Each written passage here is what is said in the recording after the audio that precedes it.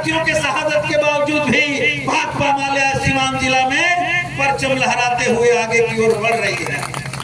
आज इस जिले से भी हमारे दो विधायक हैं।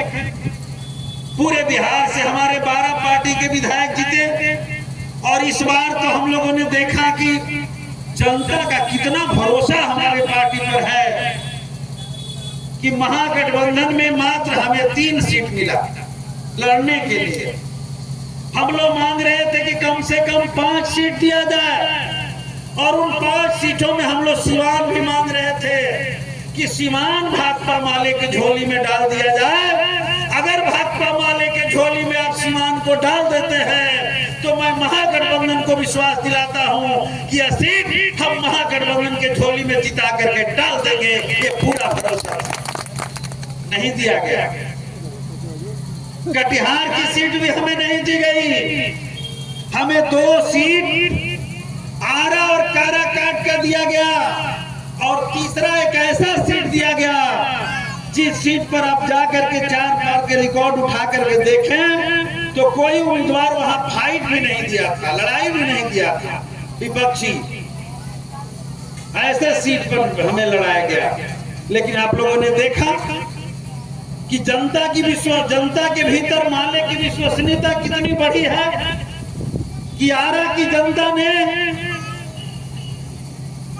एक गरीब के बेटा तरारी के विधायक 2 बार के विधायक सुदामा प्रसाद जब चुनाव मैदान में उतरे तो बहुत सारे लोग पटना में हम लोग से मजाक उड़ा रहे थे कि आरा आप लोग जितने नहीं जा रहे हैं। काराकाट के बारे में भी आजकल दूसरा बात बोला जा रहा है। लेकिन मैं बताना चाहता हूं आरा भी हम लोगों ने भाजपा की बड़ी ताकत को, जहां जोगी और कौन कौन लोग आए थे, अमित शाह, क्या क्या नहीं बोला गया हम लोग के पार्टी को। कहा गया कि अगर सुदामा प्रसाद को वोट दीजिएगा तो पूरा का पूरा आरा फिर जलने लगेगा, यहाँ नक्सलियों की जीत हो जाएगी, क्या क्या मुड़ी कटवा पार्टी की जीत हो जाएगी, ये सुदामा प्रसाद को वोट मत दीजिएगा। ये सारे बात बोले गए और भी क्या क्या मुझे याद नहीं है वहां बोला गया। लेकिन काराकाट भी हम लोग, हमने आरा भी हम लोगों ने जीता। गरीबों ने बता दिया कि भाकपा माले के झोली में और सीट दे दीजिए, हम जिता करके भेज देते हैं। जबकि बिहार के गरीबों, मजदूरों, किसानों की सबसे अकलियतों की सबसे अगर विश्वसनीय कोई पार्टी है तो भाकपा माले। काराकाट भी हम लोगों ने जीता। जब पवन सिंह आ गए मैदान में तो बहुत लोग शंका जाहिर करने लगे कि भाई अब क्या होगा। आज सुन रहे हैं कि दूसरी बात बोल रहे हैं। आज कह रहे हैं कि पवन सिंह आ गए इसलिए काराकाट गलती से माले जीत गया। माने किधरों से आप चलने नहीं दीजिएगा।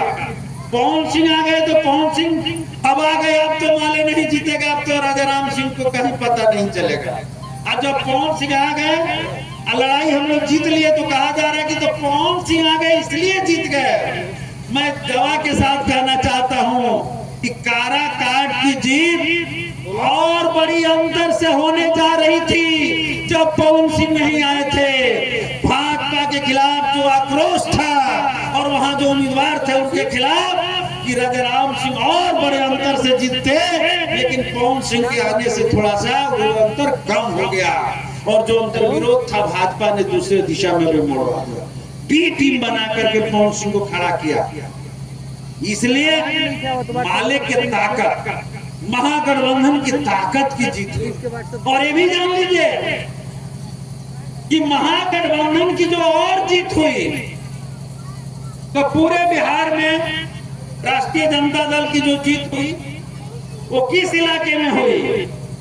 जहां भाकपा माले का जनाधार मजबूत है। जहानाबाद,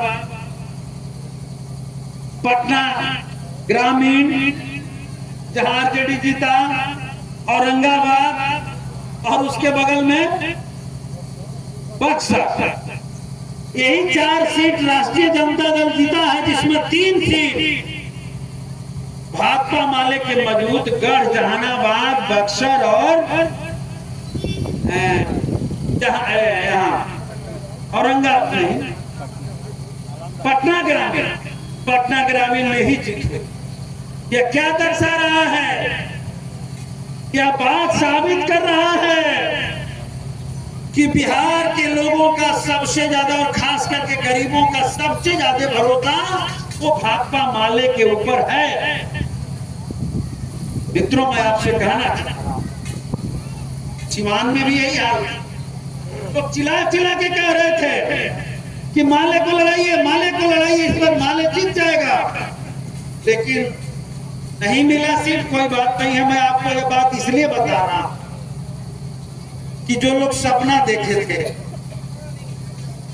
हमारे साथियों को मारने के, जो लोग सपना देखे थे हमारे गरीब समाज के लोगों पर जनसंहार रचकर माले को रोकने के, उन लोगों से मैं कह रहा था कि एक कारवां जो भाकपा माले का है, एक कारवां रुकने नहीं जा रहा है। और एक बात भी मैं बताना चाहता हूं, ये हमारी पार्टी है जो अपने शहीदों के प्रति भी हमेशा सम्मान करती है। और मैं बधाई देना चाहता हूं कि हसनपुरा के साथी हर साल यहाँ पर शहीद मेला लगाते हैं। और जो इतिहास के पन्नों में हम लोग पढ़ते थे कि शहीदों के मजारों पर लगेंगे हर बरस मेले, शहीदों के मजारों पर लगेंगे हर बरस मेले, वतन पे मरने वालों का यही निशा होगा, यही निशा होगा। हमारे साथियों ने जो कुर्बानी दिया है, जो शहादत दिया है, इस देश के लिए दिया है। और इसलिए हर साल हजारों लोग यहाँ आते हैं, फूल माला चढ़ाते हैं, संकल्प लेते हैं कि हम आपके जो सपने हैं उस सपनों को पूरा करेंगे। और मैं भी कहना चाहता हूं कि उनका सपना क्या था, वो गरीबों का राज चाहते थे, और सर्वहारा का राज चाहते थे, वो ऐसे समाज बनाना चाहते थे जिस समाज में भाईचारा हो, नफरत नहीं। जो आज भाजपा हिंदुस्तान के गद्दी पर बैठ करके देश में नफरत की बीज बो रही है। तीसरी बार सत्ता में आने के बाद एक उम्मीद जग गई थी बहुत लोगों को कि चलिए भाई, इस बार तो सरकार बैसाखी पर खड़ी है, इस बार सरकार के चेहरे कुछ बदल जाएंगे। लेकिन मैं देख रहा हूं कि इस बार भी चेहरा बदला नहीं है। पीएम तो वही है और गृह मंत्री वही है और घुमा फिरा के स्पीकर भी वही बना दिए गए, सब वही हैं, वित्त मंत्री भी वही हैं। और ये सब लोग अगर वही हैं, तब भी लगता था कि चलिए कम से कम बैसाखी का कुछ चिंता होगा कि कहीं हो सकता है कि खिंचा जाएगा तो गड़बड़ा जाएगा। लेकिन ये बैसाखी इतना ना मजबूत है भाई कि चाहे कितना हो करिए, ये भागने वाला बैसाखी नहीं है, ये एकदम समर्पण करने वाली बैसाखी है। देख लीजिए कैसे। तो बिहार में मांग करते रहे नीतीश जी, इस देश राज्य का दर्जा चाहिए, दर्जा चाहिए, दर्जा चाहिए, नहीं दिया, एक नया नहीं दिया विशेष राज्य के दर्जा के नाम पर। और जिसको वो लाए थे 65% आरक्षण कहां से आया था? बिहार में जातीय गणना हुआ, उस जातीय गणना से निकल करके आया कि बिहार के अंदर सामाजिक स्थिति यह है कि 10% तो बड़का लोग के मिल गया है, संख्या भी 10 है, इधर संख्या 90 है जो जातीय गणना में आया, और उनको मिला है कितना? 49। सरकार थी किसकी? महागठबंधन की, जिसमें भाकपा माले ने भी समर्थन किया था बाहर से। मैं बताना चाहता हूं, तब हम लोगों का दबाव बना, इसमें बदलाव हो, आरक्षण का दायरा बढ़े, तो 65 बढ़ाया गया। अब भेजा गया दिल्ली कि 9वीं सूची में डाल दीजिए। 9वीं सूची में भाजपा के लोग नहीं डाले। यहाँ देखिए उनका तो रंगी चेहरा, यहाँ सदन में जब पास हो रहा था 65%, तो वही भाजपाई लोग, हम लोगों ने जब स्पीकर अनाउंस किए कि बहुमत से पारित हुआ, तो कह रहे हैं क्या कि नहीं हम लोग भी समर्थन में है, सर्वसम्मति कर दिया जाए। तो सर्वसम्मति से पास करवा रहे हैं। अब दिल्ली में 9वीं सूची में डाल नहीं रहे हैं, अब उन्हीं का एक कैडर जाकर के हाई कोर्ट में घोष दे रहा है और दूसरे दिन आरक्षण रद्द हो जा रहा है। लड़ाई हम लोग लड़ रहे हैं कि 65 होना चाहिए, ये माले लड़ रहा है। दूसरी बात जो निकल के आई, वो निकल करके आई कि बिहार में आजादी के इतने दिन बाद, अजब है, 78 साल हो गया भाई, वही लोगों ने कुर्बानी दिया है। हमारे राजू और शंभू जैसे अनेकों करोड़ों के संख्या में लोग कुर्बानी दिए हैं तो आजादी मिला। शहीद आजम भगत सिंह, अशफाक उल्लाह खां से लेकर के कितने बहादुर साथियों ने शहादतें दी, हंसते हंसते फांसी को चुमा, तब जाकर ये मुल्क आजाद हुआ। और उस 78 साल की आजादी में सर्वे बता रहा है कि अभी भी बिहार के अंदर ऐसे लोग हैं लाखों के संख्या में जिनके सर पर छत नहीं है।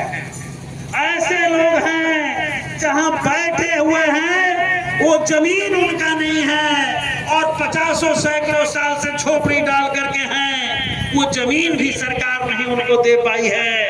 और अब तो हम सुन रहे हैं कि ये सर्वे का फरमान आया है और सरकार की योजना है कि सारे सरकारी जमीन निकाल लो, गरीबों को बेदखल करो।